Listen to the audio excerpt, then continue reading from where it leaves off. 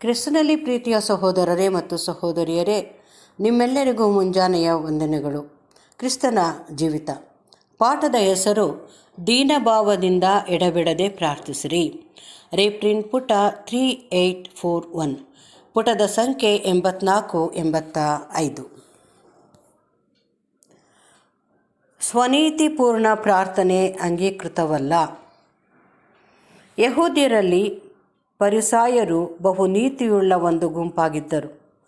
ಕರ್ತನು ನಮಗೆ ಹೇಳಿರುವಂತೆ ಅವರು ಅಂತರ್ಯದಲ್ಲಿ ನೀತಿ ನಿಯಮಗಳಿಗೆ ಬಹು ದೂರವಾಗಿದ್ದಾಗ್ಯೂ ಕನಿಷ್ಠ ಪಕ್ಷದಲ್ಲಿ ಹೊರಗಣ ಶ್ರದ್ಧಾ ಭಕ್ತಿಯುಳ್ಳವರಾಗಿ ತೋರಿಕೆಗೆ ಕಡು ನಿಷ್ಠೆ ಹೊಂದಿದ್ದು, ಕರ್ತನು ನಮಗೆ ಹೇಳಿರುವಂತೆ ಅಂತರ್ಯದಲ್ಲಿ ನೀತಿಗೆ ದೂರವಾಗಿದ್ದರು. ಅವರು ಹೊರಗೆ ಸುಣ್ಣ ಹಚ್ಚಿದ ಅಂದವಾದ ಸಮಾಧಿಗಳಂತಿದ್ದು, ಒಳಗೆ ಪೂರ್ಣವಾಗಿ ಕೆಟ್ಟತನದಿಂದ ತುಂಬಿದವರಾಗಿರುವರೆಂದು ಘೋರವಾಗಿ ಆರೋಪ ಮಾಡಿ ಹೇಳಲು ಆತನೊಬ್ಬನೇ ಸಮರ್ಥನಾಗಿದ್ದನು. ಈ ದಿನದ ಕ್ರೈಸ್ತ ಸಮುದಾಯದಲ್ಲಿಯೂ ಇದೇ ರೀತಿಯ ಒಂದು ವರ್ಗವು ಇರುವುದು. ಅವರು ಹೊರಗೆ ನೀತಿಯುಳ್ಳವರು, ಬಹು ನಿರ್ದಿಷ್ಟರು, ನಿಕೃಷ್ಟರು, ಸೂಕ್ಷ್ಮತೆಯುಳ್ಳವರು, ಕರ್ತನಿಗೆ ಮೆಚ್ಚುಗೆಯುಳ್ಳವರಾಗಿರಲಿಲ್ಲ. ಅವರು ತಮ್ಮ ನೀತಿಯ ವಿಷಯದಲ್ಲಿ ಹೆಚ್ಚಳ ಪಡುವವರು ಆಗಿದ್ದಲ್ಲದೆ ಸಹಜವಾಗಿ ಇತರರಿಗಿಂತಲೂ ಕಡಿಮೆ ನೀತಿ ಭ್ರಷ್ಟತೆಯುಳ್ಳವರಾಗಿದ್ದು, ತಮಗೆ ಹೊಗಳಿಕೊಳ್ಳಲು ಏನೂ ಇರುವುದಿಲ್ಲವೆಂಬುದನ್ನು ಗ್ರಹಿಸುವುದರಲ್ಲಿ ವಿಫಲರಾಗಿದ್ದರು. ಯಾಕೆಂದರೆ ನಿಜವಾಗಿಯೂ ಪರಿಪೂರ್ಣತೆ ಹೊಂದುವಲ್ಲಿ ಅವರು ಇನ್ನೂ ಬಹು ದೂರವಾಗಿದ್ದರು. ಬಹು ಹೀನ ಸ್ಥಿತಿಗೆ ಬಂದ ಮನುಷ್ಯನು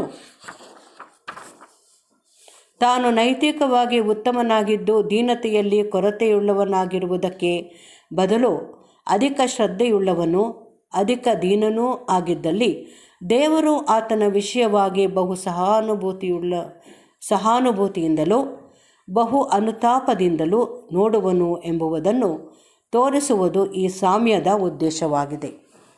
ಇಬ್ಬರು ಮನುಷ್ಯರು ಯಹೂದ್ಯರ ಸಂಪ್ರದಾಯದ ಪ್ರಕಾರ ಪ್ರಾರ್ಥಿಸುವುದಕ್ಕಾಗಿ ದೇವಾಲಯಕ್ಕೆ ಹೋಗುವುದನ್ನು ಸಾಮ್ಯವು ಚಿತ್ರಿಸುತ್ತದೆ. ಒಬ್ಬನು ಸ್ವನೀತಿಯುಳ್ಳ ಫರಿಸಾಯನು. ಅವನು ನೀತಿವಂತನಾಗಿದ್ದು ಹಲವಾರು ವಿಧದಲ್ಲಿ ಒಬ್ಬ ಒಳ್ಳೆಯವನಾಗಿರುವನಾದರೂ ತನ್ನ ನೀತಿ ಕಾರ್ಯಗಳ ಬಗ್ಗೆ ಹಾಗೂ ದೈವ ನಿಯಮಗಳ ಕಾಟಾಚಾರದ ಅನುಸರಣೆಯ ಬಗ್ಗೆ ಅತಿ ಜಾಗ್ರತೆಯುಳ್ಳವನಾಗಿರುವನು. ಇನ್ನೊಬ್ಬನು ಕೀಳು ವರ್ಗದವನು, ಕೀಳು ಜಾತಿಯವನು ಆಗಿದ್ದನು.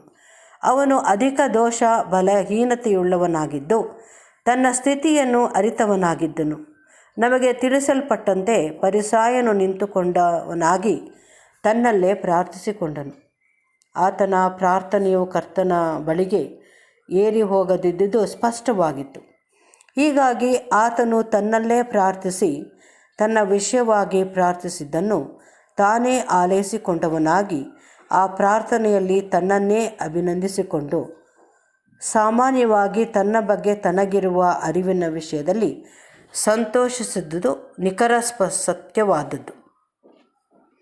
ಆತನ ಪ್ರಾರ್ಥನೆಯು ತಂದೆಯು ಬಯಸುವಂಥ ರೀತಿಯಲ್ಲಿ ಇರಲಿಲ್ಲ. ಯಾಕೆಂದರೆ ತನ್ನನ್ನು ಆರಾಧಿಸುವವರು ಆತ್ಮೀಯ ರೀತಿಯಲ್ಲಿ ಸತ್ಯಕ್ಕೆ ತಕ್ಕಂತೆ ಆರಾಧಿಸುವುದನ್ನು ತಂದೆಯು ಬಯಸುವನು. ಒಬ್ಬನು ಪ್ರಾರ್ಥನೆಯಲ್ಲಿ ಕರ್ತನ ಸನ್ನಿಧಿಗೆ ಸೂಕ್ತ ರೀತಿಯಲ್ಲಿ ಬಂದು ತನ್ನಲ್ಲಿರುವ ದೋಷ ಬಲಹೀನತೆಗಳನ್ನು ಅರಿತು ಒಪ್ಪಿಕೊಂಡವನಾಗಿ ಅವುಗಳನ್ನು ಮರೆಮಾಡಲು ದೇವರು ಏರ್ಪಡಿಸಿರುವಂಥದ್ದನ್ನು ಬೇಡಿಕೊಳ್ಳದೇ ಇರುವಂಥದ್ದು ಅಸಾಧ್ಯವೆಂದು ತೋರುವುದು.